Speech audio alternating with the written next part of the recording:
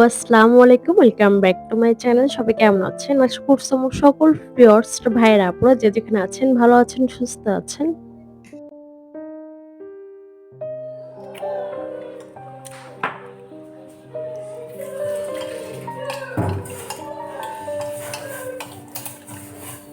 নতুন একটি ভিডিও নিয়ে হাজির হয়ে গেলাম। আশা করছি ভালো লাগবে। অবশ্যই ভিডিওটা শেষ পর্যন্ত দেখবেন।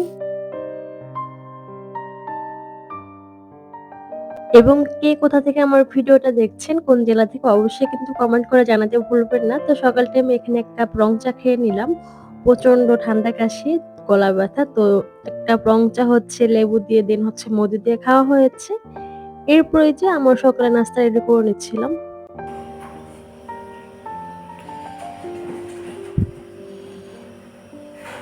একই নাস্তা খেতে, খেতে প্রত্যেকদিন কিন্তু একঘেয়েমি লেগে আসে। এর জন্য মাঝে, মাঝে হচ্ছে একটু ভিন্নতা আনার জন্য এখানে ঝটপট করে হচ্ছে আমি একটু প্যানকেক বানিয়ে নিয়েছি। আর সেই সাথে উপরে একটু মধু দিয়ে দিয়েছি। সাথে হচ্ছে একটু আম ছিল, তা আমের কেটে দেন হচ্ছে এড করে দিয়েছি। আর তার সাথে ১ কাপ কফি বানিয়ে নিয়েছি এখন দুধ দিয়ে একদম ঘন করে দুধ দিয়ে কফি বানিয়ে দেন উপর হচ্ছে এই যে আম দিয়েছিলাম। তো একটু টকটক লাগতেছিল। আমগুলো যেহেতু পুরোপুরি মিষ্টি ছিল না, একটু টকটক ছিল। তো খেতে মোটামুটি ভালোই লাগতেছিল। তো এটা দিয়ে হচ্ছে সকালের নাস্তাটা কমপ্লিট করে নিলাম। দেন হচ্ছে ২ ঘন্টা ২.৫ ঘন্টার মতো হচ্ছে মার্কেট দিয়ে ঘুরে আসছি। ১ মিনিটের জন্য আমি হচ্ছে ভিডিও করিনি। কারণ এত পরিমাণে ব্যস্ততা ছিলাম। দেন হচ্ছে মার্কেটে অনেক ভিড় ছিল যেহেতু একদম শেষ পর্যায়ে কোরবানির। তো অনেক প্রচুর ভিড় ছিল। তো এর জন্য আর ভিডিও করিনি। বাসায় এসে দেন আপনাদের সাথে একটু শেয়ার করছি। এই 3 পিসটা হচ্ছে বেশ কয়েকদিন আগেই নিয়েছিলাম। তো টেইলার্সই ছিল সেটাই হচ্ছে নিয়ে আসছি।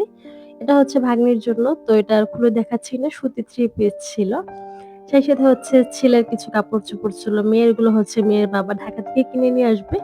এখানে ওরকমের কাপড়-চোপড় দেখা গিয়েছে গর্জিয়াস টাইপের, যেগুলো পরলে একটু গরম লাগে ওর কমফোর্টেবল ফিল হয় না। ওই টাইপের কাপড়-চোপড়গুলো পরতে চায় না। ওখান থেকে হচ্ছে গেঞ্জি কিছু কাপড়-চোপড় নিয়ে আসে। ওগুলো পরে খুব আরামদায়ক, পরতে খুবই ভালো লাগে। এখানে এই যে ছেলের পাঞ্জাবি ছিল, দেন সাদা পাঞ্জাবি নিয়েছি। যেকোনো কালার পাঞ্জাবি হোক না কেন বাট সাদার সাথে কোনটাই কিন্তু বিট করতে পারে না। এর জন্য একটা সাদা পাঞ্জাবি নেওয়া হয়েছে। সেই সাথে এখানে হচ্ছে এটা ছিল গিফট ওর। এই প্যান্ট আর শার্ট হচ্ছে গিফট পেয়েছে ওর বড় আন্টির থেকে।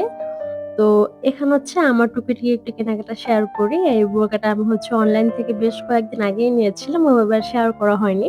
ভাবলাম এই সাথে আপনাদের সাথে একটু শেয়ার করে ফেলি। আর ঈদের যে আমার শপিং কেনাকাটা সেটা হচ্ছে ঢাকায় আটকে আছে আর হচ্ছে কিছু অনলাইন আটকে আছে।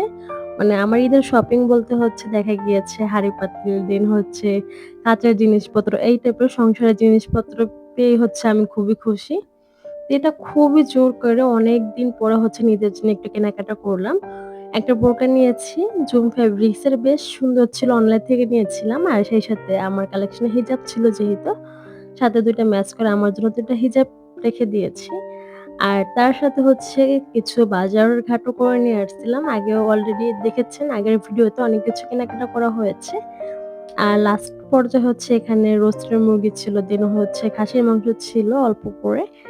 আর সেই সাথে মাছ হালকা পাতলা অল্প, অল্প করে এনেছি যেহেতু আগে থেকে একদম ফ্রিজ লোড হয়ে যাবে। যেহেতু একটা মাত্র ফ্রিজ, গরিব মানুষ। তো যাই হোক এর জন্য অল্প, অল্প করে আনা হয়েছে। দেন এগুলো হচ্ছে এখন আমি পরিষ্কার করে দেন হচ্ছে ভাগ, ভাগ করে হচ্ছে ফ্রিজে রেখে দিব। দেন হচ্ছে রান্নার পালা। মানে ২ ঘন্টা ২.৫ ঘন্টার মতো ঘুরে আসছি মার্কেট থেকে। এখন আর ইচ্ছে করতেছে না যে রান্না করি। আর তারই সাথে হচ্ছে অল্প করে হচ্ছে ডিম আনা হয়েছিল। অবশ্য ডিমগুলো হচ্ছে কাছের দোকান থেকে এনেছিলাম। বাট এত পরিমাণ ছোট, ছোট ডিম দিয়েছে। একদম মুরগির মতো, মুরগির ডিমের মতো। আর এখানে হচ্ছে অল্প করে হচ্ছে আম এনেছিলাম। আম কিনে কেনার জন্য আমি জিততে পারতেছি না। মানে ভিতরে খুবই কিন্তু নরম থাকে। তো বাহির দিক দিয়ে এই দেখেন হালকা পাতলা, কিন্তু খুব বেশি পাকাও ছিল না। বাট ভিতরে একদম নরম টাইপের ছিল। বাট খেতে খুবই মিষ্টি ছিল আমগুলো। তো এখানে হচ্ছে আমার জন্য ১ পিস কেটে নিচ্ছি। এটা কিন্তু দুধ দিয়ে খেতে বেশ ভালোই লাগে। এটা নাকি হিমসাগর টাইপ।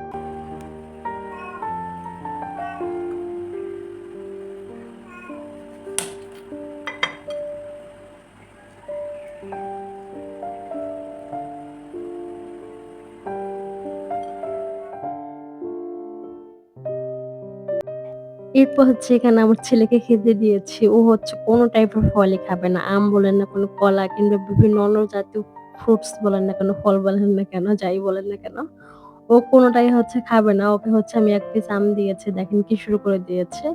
ও বলতেছিল, "এটা কি আম?" আমি বলেছি, "হিমসাগর।" ও বলে, "হিমসাগর খাবো না, আমি পাকা আম খাই।" মানে না খাওয়ার বাহানা। ওকে যদি আমি কোক কিংবা আইসক্রিম এই টাইপের কোনো খাবার দিতাম এখন একদম চেটেপুটে খেয়ে ফেলত। বাট সে এটা খাবে না।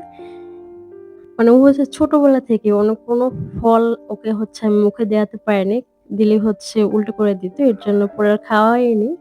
এখন সেই অভ্যাস রয়ে গেছে। মানে কোনো কিছু খেতেই চায় না। তো যাই হোক এরপর সবকিছু গুছগাছ করে এখন এই যে দুপুরের জন্য রান্না এখানে মুরগির মাংস নিয়েছি। সেই সাথে হচ্ছে করলা, আলু দিয়ে হচ্ছে ভাজি করা হবে। তো মুরগির মাংসটা হচ্ছে একদম ঝটপট করে তাড়াহুড়ো করে যেভাবে রান্না করা যায়, তো সেভাবে হচ্ছে আজকে রান্না করে নিবো। এখানে এই যে কড়াইতে হচ্ছে দিয়ে দিয়েছি তেল দিয়ে একটু মসলা দিয়ে গরম মসলা, যাতে খুব সুন্দর একটা ফ্লেভার আসে। আর সেই সাথে হচ্ছে এখানে লবণটা শেষ হয়ে গিয়েছিল রেগুলার ইউজ এর জন্য। দেখা যায় বড় এই জারটা থেকে সবসময় লবণ উঠাতে নামাতে বেশি ঝামেলা লাগে। এর জন্য ছোট একটা এক্সট্রাতে রেখে দেই। যাতে রান্নার প্রয়োজনে এটা খুবই কাজে আসে। আর অনেকটা পরিমাণে কিন্তু লবণ ধরে, এমন না যে লবণ ধরে না ওটাতে। তো এখানে ঝটপট করেই হচ্ছে দেন হচ্ছে এক্সট্রা করে গুঁড়া মসলা এড করে দিলাম আদা, রসুন। সবকিছু দিয়ে এখন পেঁয়াজ, কাঁচামরিচ মানে আগে হচ্ছে আমি মাংসটা দিয়েছি একটু ভেজে দেন হচ্ছে বাকি মসলাগুলো এড করে দিচ্ছি। এটা হচ্ছে যখন একদম তাড়াহুড়ো করে রান্নাটা করি, একেতে বাহির থেকে আসছি ইচ্ছা করতেছিল না। দেন হচ্ছে প্রচুর গরম ছিল। এর জন্য একদম তাড়াহুড়ো করে ঝটপট করে নিয়েছি। তো কার কেমন ঈদের প্রস্তুতি চলছে অবশ্যই কিন্তু আপুরা কমেন্ট করে জানাতে ভুলবেন না। এবার তো গ্রামেই আছি। ও প্রত্যেকবার হচ্ছে খুব আফসোস করতাম বাবার বাড়িতে ঈদ করব কিংবা গ্রামে ঈদ করব। বাট এবার তো আলহামদুলিল্লাহ গ্রামেই আছি। পাশাপাশি চাইলে কিন্তু ঈদের দিন কিংবা ঈদের পরের দিন যেতেই পারবো। আর আয়নার আব্বু হচ্ছে ঈদের আগের দিন হচ্ছে চলে আসবে। তো যাই হোক এরপর হচ্ছে এই যে মোটামুটি মাংসটা কষানো হয়ে গেলে দেন ঝোলের জন্য পানি এড করে দিব। বাকি রান্নাটাও শেষ করে নিব। এটা হয়ে গেলে দেন হচ্ছে ভাজিটা করে নেব। করলা ভাজিটা আর এই দেখেন আমার ঘরের রইসেটের অবস্থা খুবই খারাপ ব্যাকগ্রাউন্ড। সে হচ্ছে খাবার খাচ্ছে। তো ঠিক আছে চলেন আজকের মতো ভিডিওটা এখানে শেষ করে দিচ্ছি। সবাই ভালো থাকবেন, সুস্থ থাকবেন। আবার নেক্সট ভিডিওতে দেখা হবে। আল্লাহ হাফেজ। আসসালামু আলাইকুম অ্যান্ড থ্যাংকস ফর ওয়াচিং।